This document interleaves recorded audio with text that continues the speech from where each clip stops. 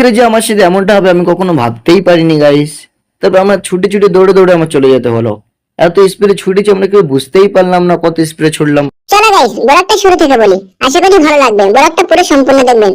তো বন্ধুরা, তোমরা সবাই জানো আমি এখন হায়দ্রাবাদ আছি। হায়দ্রাবাদে একটা মসজিদে ইমামতি করছি।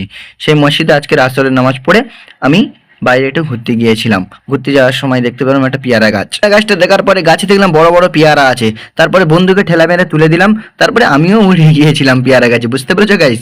দেখতে পাচ্ছ পেয়ারা গাছে আমিও উঠে গেলাম।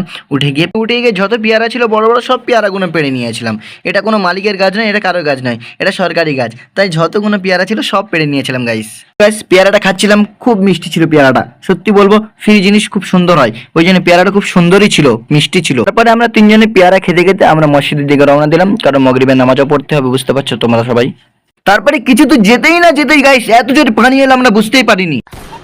ভাই পালা পালা পালা, যত তাড়াতাড়ি যে পালাবি তাড়াতাড়ি পালা, এত জোরে পানি আসছে। অবশেষে দেখতে পাচ্ছ আমি মসজিদের কাছে চলে আসলাম। মসজিদটা এটা হচ্ছে গিয়ে, তারপরে মসজিদের ধারে কিছু বাচ্চা ক্রিকেট খেলছিল, আমি একটু ব্যাটটা নিয়ে স্টাইল মারলাম। তারপরে আমি 6-4 মারা পরে আমার ব্লগটা এই পর্যন্ত শেষ করলাম। ভালো থাকবেন গাইস।